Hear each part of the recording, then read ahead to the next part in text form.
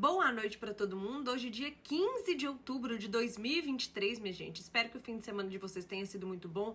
O meu foi de mudanças por aqui, né? Eu juro pra vocês que eu tentei manter meu cabelo grande por muito tempo, mas eu falhei fatalmente. Eu não consigo, eu não resisto. Vai me dar um negócio que eu preciso voltar pro meu cabelo curtinho e cá estou, ó. Né? Gostaram do meu cabelo curtinho?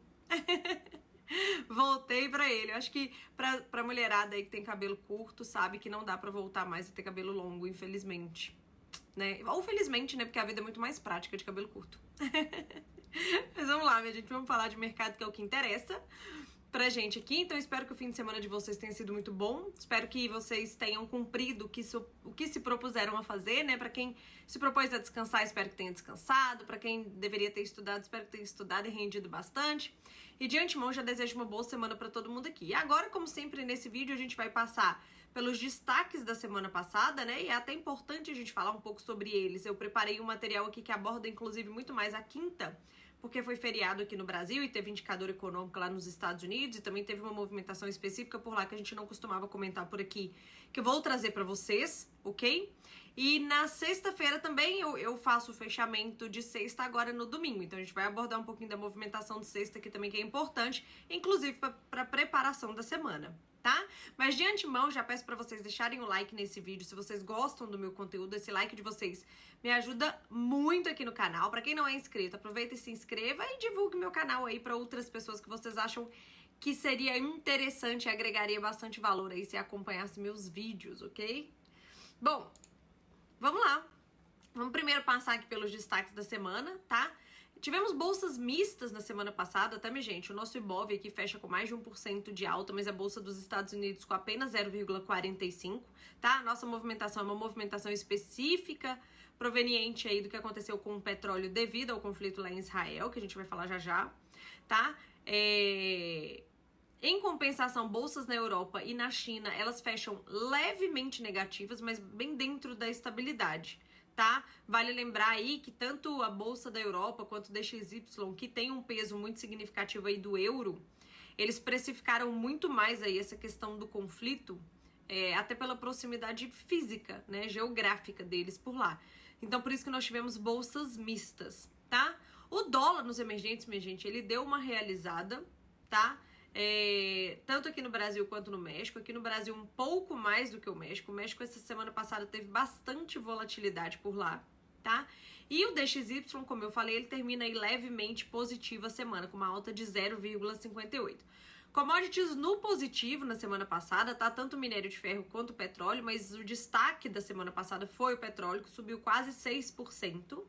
Tá? Impulsionado aí pela questão do conflito de Israel que eu venho comentando com vocês na semana passada, né? Já que, primeiro que assim, há uma preocupação da escalada dessa guerra para outros países e caso não haja essa escalada para outros países, o conflito ele acontece muito próximo de rotas logísticas de muitos barris de petróleo que saem do Oriente Médio ali, né? Na Arábia Saudita, por exemplo, e vão circular o mundo inteiro, tá? Então, assim, existe a preocupação também de atrapalhar essas rotas logísticas, não só da escalada da guerra propriamente dito. Isso acabou fazendo o petróleo subir 6%, que basicamente explica a alta a mais do nosso Ibov em relação, por exemplo, aos Estados Unidos, tá? Só pra vocês terem noção, eu deixei separado aqui, ó, a Petrobras, ela subiu em uma semana mais de 8% na sua cotação. E vale lembrar que ela tem, tanto a Petro 4 quanto a 3, ela tem um peso muito significativo no nosso Ibov, né, as duas juntas. Mas Prio, olha só, Prio subiu 12%, 3R Petróleo... Aqui, ó, 3R Petróleo subiu 13%. Então, as empresas da nossa bolsa correlacionadas com essa commodity, né, produtoras aí de petróleo, produtoras distribuidoras, enfim, vendedoras, revendedoras, elas surfaram bastante essa alta do petróleo aqui, que foi proveniente do conflito lá em Israel. Por isso, explica boa parte da nossa bolsa, tá com 1,39 de alta, contra, por exemplo, 0,45 lá dos Estados Unidos, ok? Aqui dá pra ver? Dá. Bom, quando a gente olha aqui, em cima o nosso Ibov, embaixo o nosso dólar, aqui o gráfico ele começa no início de outubro, tá? E aí o quadradinho em amarelo é a semana passada. Porque a gente aqui tem um panorama mensal e um panorama da última semana. ok? Em se tratando do mês, minha gente, ó, não aconteceu nada com o Ibov praticamente, e não aconteceu praticamente nada com o dólar também, em relação ao início do mês de outubro, ok? Quando a gente vai olhar a semana passada, vamos lá, eu marquei aqui as movimentações, os principais destaques pra gente poder discutir. Primeira semana começa com a nossa bolsa no negativo, tá? Por conta, precificando aí o conflito de Israel, né? O ataque terrorista da faixa em Israel, feito pelos grupo terrorista Hamas, e depois a retaliação em Israel na própria faixa de Gaza. Então, os mercados, eles abrem tensos na segunda-feira, tá?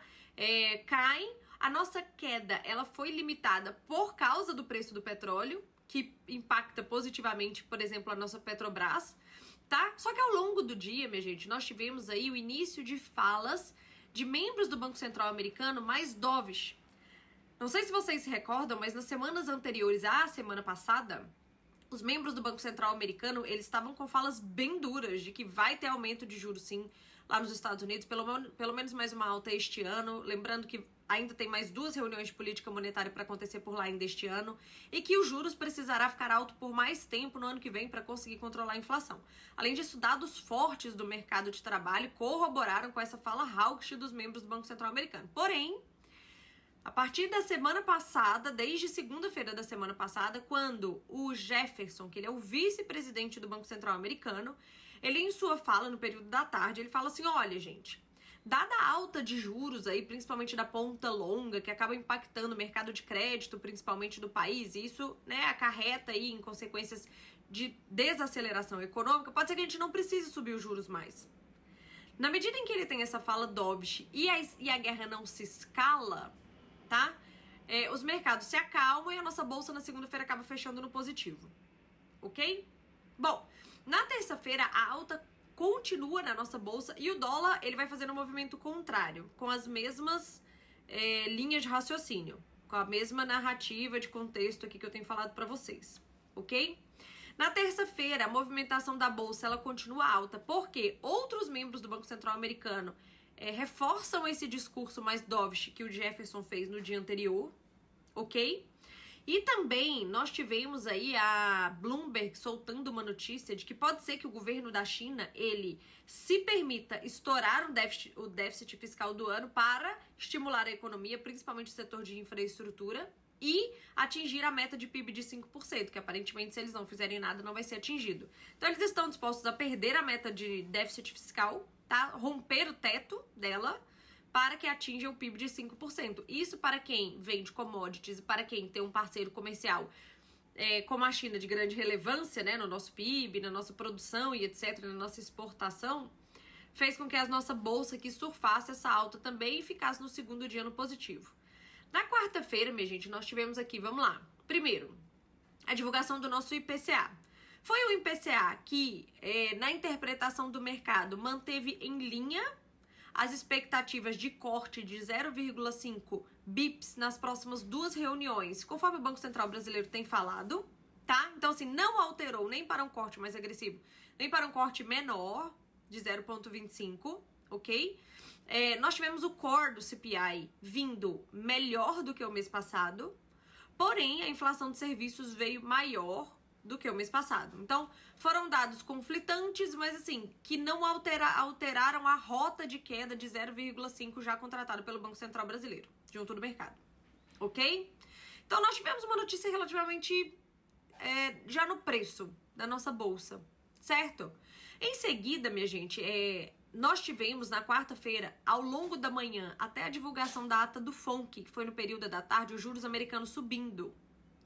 Tá? Subindo no sentido de aguardar essa ata do FONC, para entender como é que os membros do Banco Central americano iriam se posicionar na ata em relação a um comunicado hawkish, a uma fala do Jerome Powell, presidente do Banco Central americano, hawkish também, né? E agora, nesses últimos dias, falas dovish dos membros do Banco Central americano, ok? Bom, então, na medida em que os juros americanos eles estavam subindo tanto pela manhã quanto no início da tarde até a divulgação da ata do FONC, isso limitou a subida da nossa bolsa no sentido de comemorar, por exemplo, o IPCA, ok?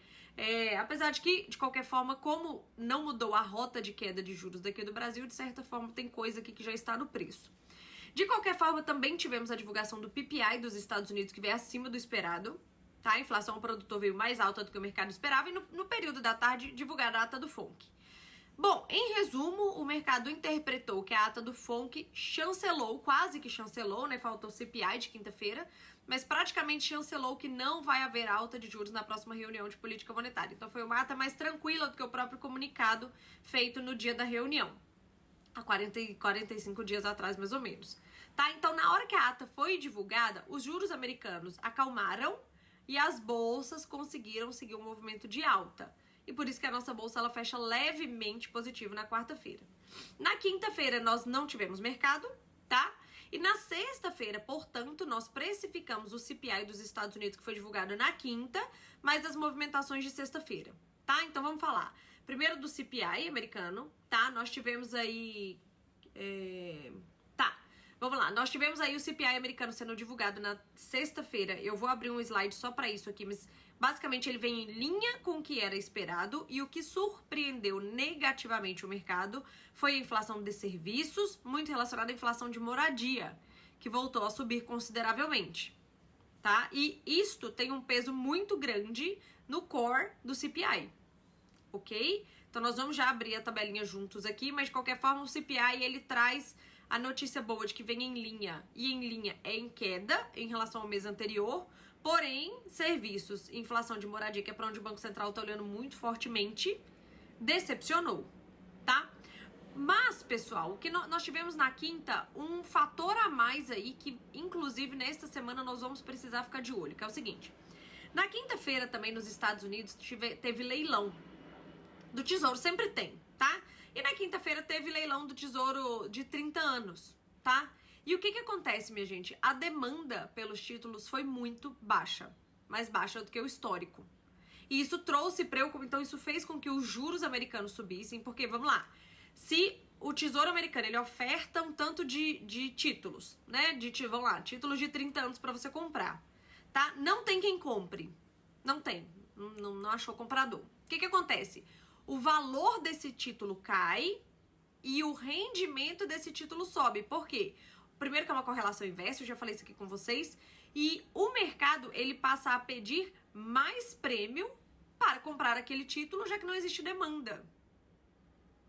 Ok? Então, nós temos uma correlação inversa entre PU, que é o preço do título, e o rendimento que sobe. Então, os yields dos Treasury de 10 anos, 30 anos, etc., dos Estados Unidos voltaram a subir na medida em que esse leilão foi um fracasso, ok?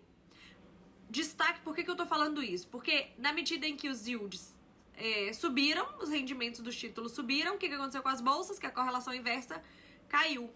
Então, nós tivemos uma queda do S&P, que foi precificado na nossa bolsa na sexta-feira, mas o da S&P foi na quinta-feira, proveniente de um CPI que não veio tão bom, né? Nem bom nem ruim, né? Tá numa trajetória de queda, mas o núcleo ali deu uma surpreendida pra cima. Mas aí o leilão pegou na quinta-feira, tá, minha gente? Por isso que nós tivemos bolsas nos Estados Unidos na quinta-feira negativas. A gente precifica isso na sexta-feira.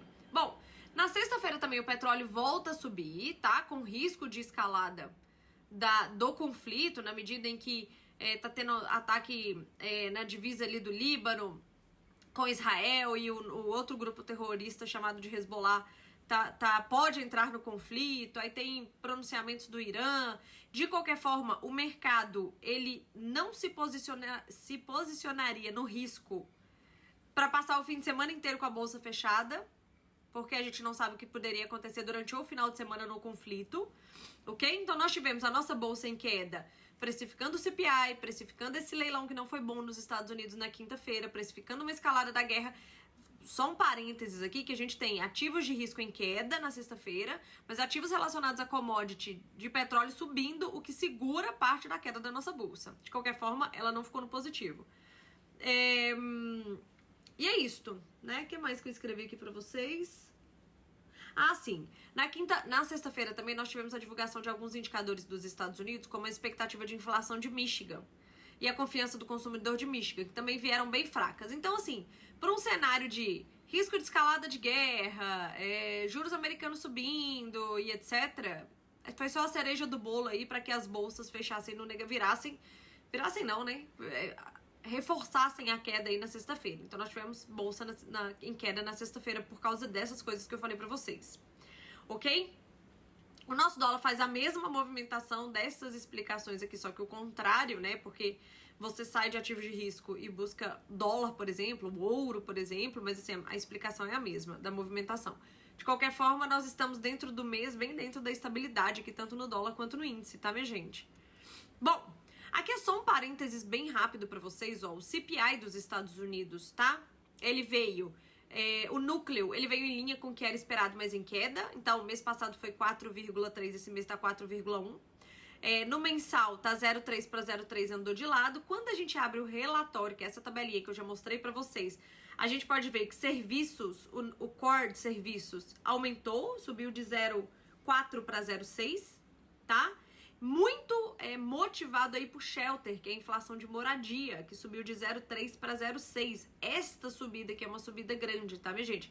A gente volta para patamares aqui de maio deste ano, tá? Ou março deste ano, enfim. É o reaquecimento da atividade econômica sendo precificado aqui na inflação de serviços, tá? Então este é um ponto do CPI aqui que eu fiquei devendo de mostrar pra vocês. E a última coisa que eu queria mostrar em relação à semana passada é isso daqui, ó. O leilão americano dos bondes de 30 anos, tá? O mercado, no mês passado, nós tivemos aí um rendimento, uma yield de 4,3 e ela subiu para 4,8. Isso daqui é uma subida muito considerável, tá, gente? Muito considerável. Isso muito proveniente da falta de demanda, tá? E isso, sim, fez com que o rendimento dos títulos de 10 anos dos Estados Unidos subissem bastante na quinta-feira, derrubando as bolsas. Eu estou mostrando isso daqui pra vocês porque esta informação compõe um item importante pra gente olhar na semana que vem. Na semana que vem a gente vai ter leilão americano, só que de 20 anos. Vão ter outros com prazos mais curtos, de 3 meses, 6 meses e tal, mas a gente vai cuidar aqui desse de 30 anos, porque se mexer na curva de juros dos Estados Unidos, mexe nas bolsas, mexe no dólar. Certo? Bom, vamos pra agenda da semana, então, desta semana de agora, né? Segunda-feira, nós temos o encontro do Eurogroup. Não costuma fazer preço no mercado, mas eu coloquei aqui de qualquer forma, dada a situação de conflito próximo lá em Israel, tá? Boletim Foco sendo divulgado amanhã nos Estados Unidos, índice Empire State de atividade industrial, tá? Eu também trouxe essa semana aqui pra vocês, minha gente, dada a mudança do discurso dos membros do Banco Central americano, de hawkish para dovish na semana passada, e isso fez bastante preço no mercado na semana passada, é importante que a gente acompanhe a fala de todos eles dessa semana. Então eu trouxe pra vocês aqui a fala, porque vai ter bastante fala essa semana. Na segunda-feira a gente já tem a fala do Harker. Eu trouxe principalmente as falas durante o mercado aberto, ok? Terça-feira no Reino Unido, taxa de desemprego, percepção econômica ZEU. No Brasil, na Alemanha, né, percepção econômica ZEU. No Brasil, IGP-10 e crescimento do setor de serviços. Nos Estados Unidos, fala do Williams, que é membro do Fed, vendas no varejo, produção industrial, índice NAHB, que é do setor imobiliário, e a fala do Barkin, que é também membro do Banco Central Americano. Na China, à noite, minha gente, vai sair aquela bateria de indicadores econômicos com a fala do Departamento de Estatística logo em seguida. Então, nós vamos ver PIB, taxa de desemprego, produção industrial, vendas no varejo, dentre outros indicadores que também saem juntos aí na terça-feira à noite. Quarta-feira, CPI no Reino Unido, CPI na zona do euro, e nós vamos ter fala da presidente do Banco Central Europeu, Christine Lagarde. Nos Estados Unidos, licenças de construção, construção de casas novas, falas de membros do Banco Central de novo, fala do Waller, fala do Williams. E na quarta-feira, minha gente, nós vamos ter leilão do título de 20 anos. Importante acompanhar isso daí, como fez preço na semana passada, precisamos entender se vai ter demanda para esses títulos essa semana também, porque senão vai fazer preço de novo. Fala do Bowman, livro bege e a fala do Harker. No Brasil, vendas no varejo. No Brasil, na quarta-feira, gente, é vencimento de opções do Ibov e vencimento de futuros, tá? Do nosso índice. E à noite, preços de imóveis nos Estados Unidos. Na China. Considerando a crise imobiliária que se estende pela China, isso aqui é importante. Na quinta-feira, no Brasil, IBCBR, que é a prévia do nosso PIB. Nos Estados Unidos, pedidos iniciais de seguro-desemprego que sempre saem. Índice de atividade industrial do Fed Filadélfia, costuma fazer preço no mercado. Fala do Jefferson, que é o vice-presidente do Banco Central Americano, aquele que começou a fala na semana passada mais dovish, que acabou mexendo aí nos títulos americanos e na cotação da bolsa, obviamente. Vendas de casas usadas, fala do Jerome Powell, presidente do Banco Central americano, super importante isso daqui, e em seguida fala do Bostic. No Japão vai sair o CPI, vale lembrar que o mercado tem ficado de olho em relação à inflação no Japão para entender ou especular em relação à movimentação da política monetária por lá que pode ser alterada no ano que vem. Eu comentei com vocês em algum resumão semanas atrás sobre isso, tá? Sexta-feira, vendas no varejo no Reino Unido, PPI na Alemanha, fala do Harker e do Mester nos Estados Unidos também, membros do Banco Central Americano, e vencimento de opções de ações aqui no Brasil. Isso aqui é a agenda econômica, minha gente. O que mais que a gente tem que acompanhar essa semana? Vamos lá, Brasília. Terça-feira vai ter a votação do projeto de fundos exclusivos e offshore, lá na Câmara, tá? Importante acompanhar porque isso é um item importante para o fiscal do nosso país, tá? Precisamos acompanhar, obviamente, uma possível escalada da guerra entre Israel e o grupo terrorista Hamas, né? Uma possível escalada do conflito e o impacto na cotação do petróleo, tá? Muito importante acompanhar esta commodity em específico correlacionada com este conflito, tá? E novos balanços de empresas americanas. Destaque. Terça-feira, Bank of America. Quarta-feira, Tesla, Netflix e Morgan Stanley. Ok? Os balanços que saíram de bancos na sexta-feira passada nos Estados Unidos vieram todos acima do esperado, tá, minha gente? Vieram todos muito bons e fizeram preço no mercado. Bancos na sexta-feira passada nos Estados Unidos ficaram bastante positivos por causa desses balanços, ok? Bom, então é isso, né? Então, deixa eu voltar pra cá. Acho que eu falei tudo pra vocês aqui. Então, vamos lá. Então, desejo uma boa semana pra todo mundo. Atenção aos indicadores econômicos. Atenção às movimentações de Brasília que voltam. Atenção ao conflito e aos impactos, principalmente em commodities, dólar, ouro, né? Atenção aos balanços dos Estados Unidos que podem fazer preço, principalmente esses que eu destaquei pra vocês, mas tem várias empresas essa semana soltando seus balanços, tá? Atenção às falas dos membros do Banco Central americano. Então, assim, ó, essa semana, minha gente, existem movimentações no mercado que serão atreladas a indicadores econômicos, mas existe muita movimentação no mercado que estão atreladas a falas, a notícias, ao que pode acontecer politicamente aqui no Brasil, ao que pode acontecer num conflito geopolítico, ok? Então, fiquem atentos às notícias.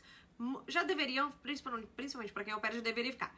Mas fiquem muito mais, ok? Então, de novo, desejo uma ótima semana para todo mundo. Espero que vocês tenham entendido a semana passada. Espero que vocês tenham entendido essa semana. Acompanhem o leilão dos Estados Unidos lá, principalmente dos títulos de 20 anos, né? Que eu comentei com vocês. E boa semana para todo mundo, ok? Beijo. Até amanhã.